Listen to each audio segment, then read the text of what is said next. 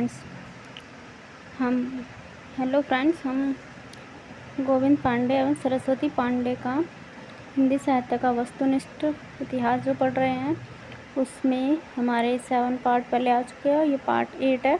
इसमें हम सिद्ध साहित्य पढ़ेंगे। तो हम शुरू करते हैं बिना टाइम को गवाए हुए। और अगर इस चैनल पे पहली बार आए हो तो चैनल को लाइक शेयर सब्सक्राइब करके बेल आइकन प्रेस ज़रूर करें ताकि आने वाले सभी वीडियोस आपको प्राप्त हो जाएं। तो हम शुरू करते हैं।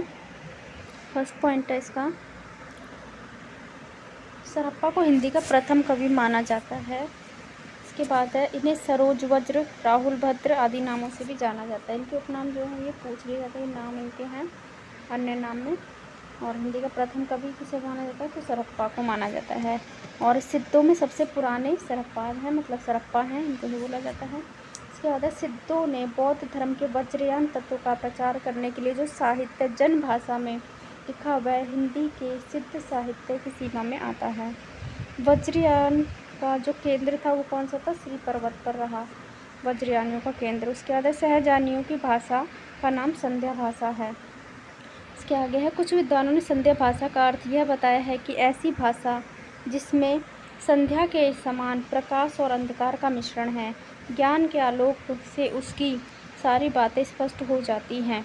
आगे हैं, कुछ विद्वानों ने संध्या भाषा का अर्थ अभिसंधि या अभिप्राय युक्त वाणी बताया है। इसके बाद है, पंडित विधुशेखर शास्त्री ने बताया कि मूल शब्द संध्या भाषा नहीं बल्कि संध्या भाषा है। आगे देख लेते हैं,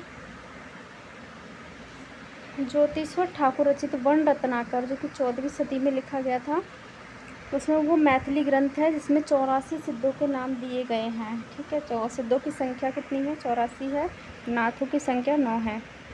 आगे देख लेते हैं, सहजयानियों की संख्या की संध्या भाषा का प्रभाव संत कवियों पर भी पड़ा। वे उलट भाषा लिखने लगे। तो जो संध्या भाषा है वो किस प्रकार की भाषा है? वो उलट भाषियाँ जो लिखी गई हैं उसी प्रकार से संध्या भाषा लिखी जाती है। जैसे कबीर ने उलट भाषियाँ लिखी हैं, बीजे कंबल बरसे पानी, बरसे कंबल बीजे पानी, इस तरीके से उलट भाषा लिखी हैं और भी लिखी हैं। उसी तरह से सिद्ध साहित्य में लिखी जाती थी संध्या भाषा में। तो संत साहित्य पे ये जो प्रभाव है सिद्ध साहित्य का, उलट भाषियाँ लिखने का। आगे है, राहुल संस्कृतायन ने सरहप्पा का समय 769 ईस्वी स्थिर किया है। उसके बाद है, विनय तोष भट्टाचार्य ने सरहप्पा का समय विक्रमी संवत 690 मतलब 633 ईस्वी स्थिर किया है। आगे इनके लिखे 32 ग्रंथ बताए जाते हैं। कितने ग्रंथ हैं इनके? सरहप्पा के 32 ग्रंथ बताए जाते हैं, जिनमें दोहा कोश प्रसिद्ध है। इनकी रचना दोहा कोश है, याद रखना इम्पोर्टेंट है। इसके बाद महाउपाध्याय हरप्रसाद शास्त्री द्वारा संपादित बौद्ध गानो दोहा में, कौन सा? बौद्ध गानो दोहा किसके द्वारा संपादित है? हरप्रसाद शास्त्री द्वारा संपादित है। में सरहप्पा और कृष्णाचार्य का दोहा संग्रहित है। तो इतना आपको याद रखना है कि बौद्ध गानो दोहा किसके द्वारा संपादित किया गया है? तो हरप्रसाद शास्त्री के द्वारा। ये इतना इम्पोर्टेंट है। इसके बाद है, महाउपाध्याय हरप्रसाद शास्त्री बौद्ध गानो दोहा में संग्रहित पुस्तकों की भाषा प्राचीन बांग्ला मानी है। इसकी भाषा कौन सी है? प्राचीन बांग्ला मानी है। इसके बाद दोहा कोश का संपादन किसने किया था? दोहा कोश का संपादन किया था डॉक्टर प्रबोध चंद्र बाग जी ने। ठीक है, और बौद्ध गानो दोहा का किया था हरप्रसाद शास्त्री ने। वहीं दोहा कोश का संपादन किया था प्रबोध चंद्र बाग जी ने। आगे देखते हैं, आगे है, दोहा कोश में तिलोत्तपा, सरहप्पा, कणप्पा के दोहे संग्रहित हैं। उसके बाद सरहप्पा की जीवन दृष्टि संक्षेप में इस प्रकार है, देख लेते हैं। सहज संयम, इसके आगे है, पहला है सहज संयम, उसके बाद पाखंड और आडंबर विनाश, उसके बाद है गुरु सेवा और सहज मार्ग, उसके बाद है महासुख की प्राप्ति। आगे है, बच्चन सिंह ने लिखा है, आक्रोश की भाषा का वह पहला प्रयोग सरहप्पा में ही दिखाई देता है। कौन सी भाषा का? तो आक्रोश की भाषा का पहला प्रयोग सरहप्पा में दिखाई देता है। ये बच्चन सिंह का कथन है, याद रखना इम्पोर्टेंट है। सिद्धों की भाषा को संध्या भाषा का नाम मुनि दत्त तथा अद्वैय वज्र ने दिया। ये क्वेश्चन पूछ लिया जाता है कि संध्या भाषा नाम किसने दिया है? तो मुनि दत्त अद्वैय वज्र ने दिया है, याद रखना। सबरप्पा सरहप्पा के शिष्य थे, पर लुइपा के गुरु थे। तो ये सबरप्पा जो हैं किसके शिष्य थे? सरहप्पा के तो शिष्य थे और लुइपा के क्या थे? गुरु थे। ठीक है, आगे देख लेते हैं। आगे है सवरों की वेशभूषा में रहने वाले का नाम सवरपाद पड़ा। इनका नाम क्षत्रिय कुल में जन्म जो है क्षत्रिय कुल में 780 ईस्वी में हुआ था। और चर्यापद सवरा की प्रसिद्ध पुस्तक है। चर्यापद किसकी? सवरप्पा की प्रसिद्ध पुस्तक का नाम याद रखना, सवरप्पा की चर्यापद है, पूछ ली जाती है। इसके बाद है चर्यापद एक प्रकार का गीत है जो सामान्यतः अनुष्ठानों के समय गाया जाता है। चर्यापद क्या है? एक प्रकार का गीत है जो अनुष्ठानों के समय गाया जाता है। आगे है चर्यापद संध्या भाषा के दृष्टिकूट में लिखी गई है जिसके दोहरे अर्थ होते हैं। जैसे सूरदास की साहित्य लहरी लिखी गई है दृष्टिकूट पदों में, उसी तरीके से चर्यापद जो लिखी गई है संध्या भाषा में वो दृष्टिकूट पदों में लिखी गई है जिसके दो दोहरे अर्थ होते हैं, मतलब डबल अर्थ होते हैं।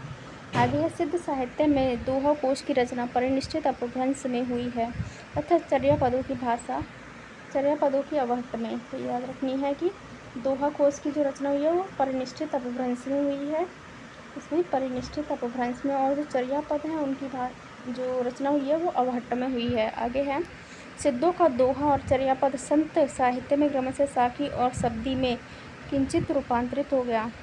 तो सिद्धों में जो दोहा और चर्यापद थे वही आगे चलकर किसमें? संत साहित्य में साखी और शब्दी में रूपांतरित हो गए। ठीक है, दोहा और चर्यापद किसमें हो गए? साखी और शब्दी में। इसके बाद लुइपा का जन्म राजा धर्मपाल के शासनकाल में सन 773 ईस्वी में एक कायस्थ परिवार में हुआ था। ठीक है, किसके शासनकाल में? धर्मपाल के शासनकाल में हुआ था। लुइपा सवरप्पा के शिष्य थे। आगे देख लेते हैं। 84 सिद्धों में लुइपा का स्थान प्रथम तथा सबसे ऊंचा माना जाता है। ये क्वेश्चन पूछ लिया जाता है कि सिद्धों में सबसे ऊंचा स्थान किसका है? तो लुइपा का। और अगर शिक्षा के क्षेत्र में बोला जाए तो कणप्पा सबसे ऊपर आते हैं उच्च शिक्षा में। और वैसे प्रथम पूछा जाए तो मतलब प्रथम सबसे ऊंचा स्थान है तो लुइपा का है। लुइपा साधना में इतने ऊंचे थे कि उड़ीसा के राजा दरिकप्पा और उनके मंत्री डेंगिप्पा उनके शिष्य हो गए थे। तो कौन? उड़ीसा के राजा दरिकप्पा और उनके मंत्री डोमिप्पा के शिष्य हो गए थे। आगे है डोमिप्पा का जन्म मगध के क्षत्रिय वंश में सन 840 ईस्वी के आसपास हुआ था।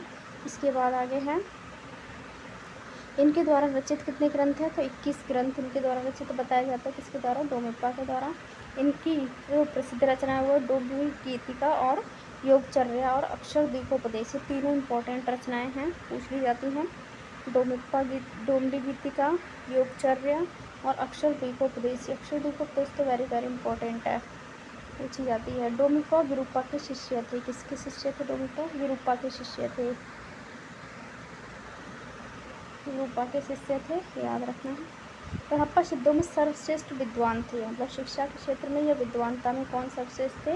तो कणप्पा सर्वश्रेष्ठ सबसे बड़े कवि थे। कणप्पा का जन्म कर्नाटक के ब्राह्मण वंश में हुआ था। कर्नाटक के कासे कणप्पा याद रखना, कासे कर्नाटक याद रखना, कर्नाटक में हुआ था ब्राह्मण वंश में 820 ईस्वी में। उसका राहुल सांस्कृतिक के अनुसार कणप्पा पांडित्य और कवित्व में बेजोड़ थे। कणप्पा किसमें? पांडित्य और कवित्व में बेजोड़ थे। आगे है कणप्पा बिहार के सोमपुरी स्थान पर रहते थे तथा जालंधर पा को अपना गुरु मानते थे। कणप्पा किसको गुरु मानते थे? जालंधर पा को मानते थे और सोमपुरी स्थान पर रहते थे। ये पूछ लिया जाता है कणप्पा के बारे में। स्थान कणप्पा सोमपुरी स्थान पर रहते थे और जालंधर पा को अपना गुरु बनाया था उन्होंने। इसके बाद आएगा हमारा जैन साहित्य। तो जैन साहित्य हम नेक्स्ट वीडियो में पढ़ेंगे। आज के लिए इतना ही, धन्यवाद। चैनल को लाइक शेयर सब्सक्राइब ज़रूर करें, बेल आइकन पर ज़रूर करें ताकि आने वाली सभी वीडियोस आपके पास सबसे पहले आ जाएं।